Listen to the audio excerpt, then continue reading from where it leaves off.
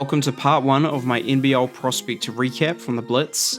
This series will act as a round-by-round scouts recap of the prospects playing in the NBL.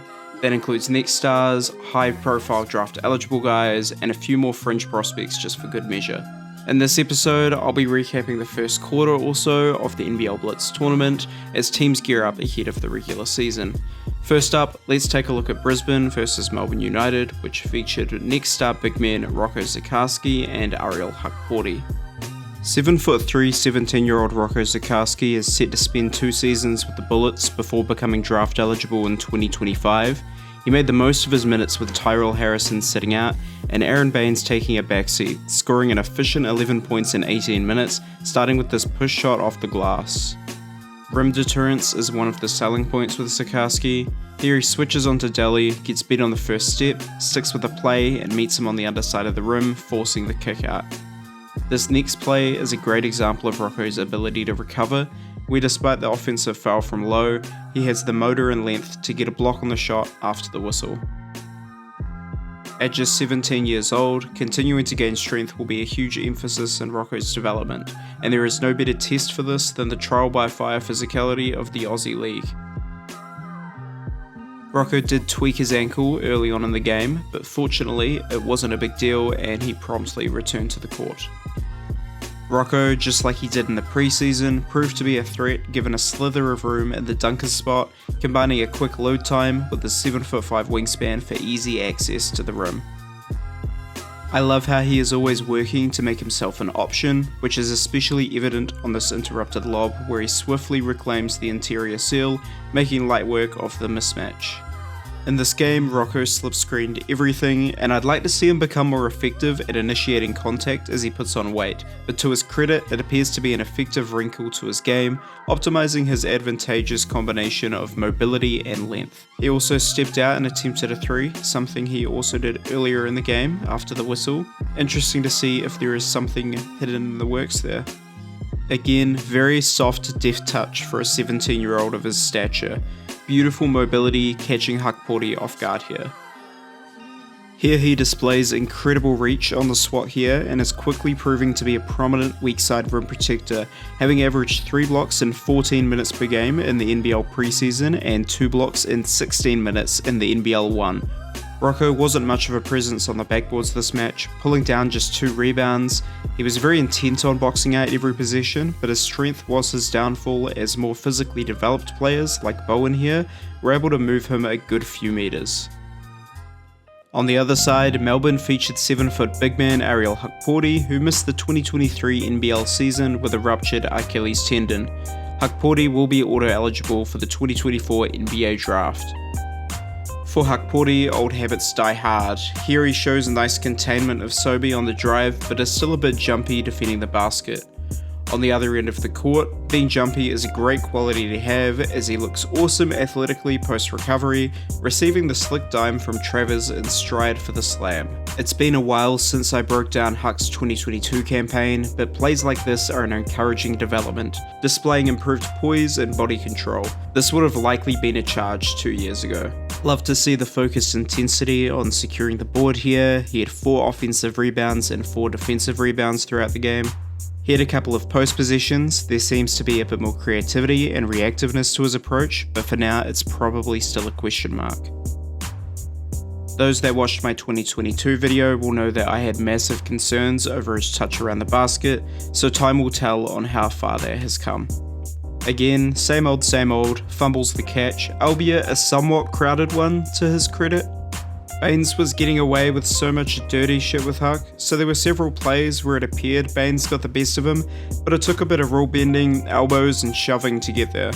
It's been this way for a while, but my favourite part of Huck's game is the way that he's able to apply his strength at 250 pounds. He spent the whole game either battling it out with Baines or taking advantage of Brisbane's slimmer front court as such. Defensively, he needs to learn to situationally contest with his right non-dominant hand. Here he commits to stepping forward and contesting the drive, but without using the correct hand or covering the drop-off, he's putting himself in an ineffective position even if the intent and effort is admirable. Really solid job here at defending the post and absorbing the contact with his chest, which he's always been good at.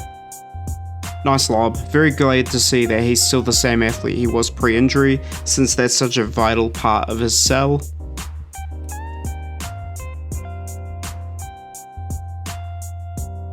This is kinda what I mentioned earlier. He's much more willing to feel out his opponent and seek out a counter from the post, but the execution wasn't entirely there.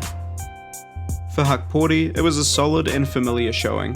Great player physically, has NBA tools, seeks out contact on both ends, and has a high motor, but there are still a handful of unfortunate habits that have stuck around, it seems, even with the improvements to his poise.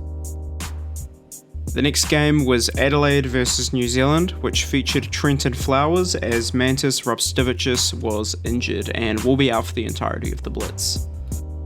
Trentyn Flowers is perhaps the most talked about next star outside of projected lottery pick Alex Sarr, as his decommitment from Louisville and point guard experimentation has caused quite a stir. This game against the Breakers is probably one of the roughest prospect games I've watched in a long time. Starting off, we've got some undisciplined off-ball defense. His assignment for most of the game was well-known shooter Justinian Jessup, and here he goes for an unnecessary stunt on PCJ, taking himself out of the play and being bailed out by a miss. Flowers really struggled to dribble the ball up court. PCJ hounded him continuously, as you'll see. With trying to rapidly evolve his playing style from a wing to a lead handler, expectedly there are going to be growing pains. Here he opts for a risky feed to the roller over a ball reversal. Bit late tailing his man here, and he's very upright, allowing the driving angle. And this happens straight away again. Very upright, approaching the closeout, allows the drive right down the middle. He's got some frustrating ball stopper tendencies to him. Here he eventually dribbles it out, gets tunnel vision, and gets picked. Just a rough showing for him so far. Here he manages to escape the prison that is PCJ defending him apparently, but he really lacks control on this finish downhill. I like this entry pass from him. He reads Matayan coming to defend Humphries on a potential ball screen and gets the pass into Wiley in a timely fashion considering Max Darling's rotation on the baseline. There is no excuse for how bad this closeout on Jessup was. I was speechless at this point. Cartwright Jackson isn't going to be the toughest on-ball defender Flowers faces this season, but he looks it here. Nice little cut here by Flowers for the quick 2, making use of the Breakers' defensive breakdown. The handle just isn't up to par for a point guard or even a combo. I'm seriously interested in how long this experiment will last, especially with Mitch McCarron being such an excellent game manager guard. He frequently tended to get stuck on a lot of screens or really take himself out of the play, trying to get around them, trailing the ball handler from way too far back. Great spot up 3-pointer here, quite a violent wrist snap. He went 2 for 2 on the game from deep. Considering the scout on Jessup, someone who's been in the league, this is really poor off-ball defense. He's got his back turned to a sniper, not recognizing that he isn't the primary help defender here. I feel like I'm being so negative, but here's another immature read, not a huge deal though. I like parts of this. He comes off the ball screen nicely, tight, shields the ball well from Izzy, but it's just an unnecessary contested rim attempt at the end. As I mentioned before, he needs to work on playing through screens. Here he gets caught twice after trying to run directly through Abercrombie. Here PCJ is toying with him again, one of his 7 turnovers of the night. He'll really need to address his defensive stance, especially if he wants to be defending point guards. Here he's very upright and hunched over, just opening up and allowing that driving lane. Another steal for PCJ. And another driving lane opened up, leading to the kick out to Cam Glidden for I think it was his 5th 3-pointer of the night.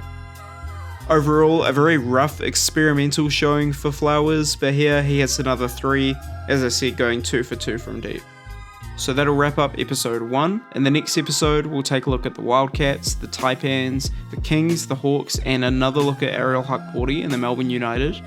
I hope this video has been of some value to other NBA draft nerds like myself out there who have an interest in the NBL Blitz but don't necessarily have the time to check it out.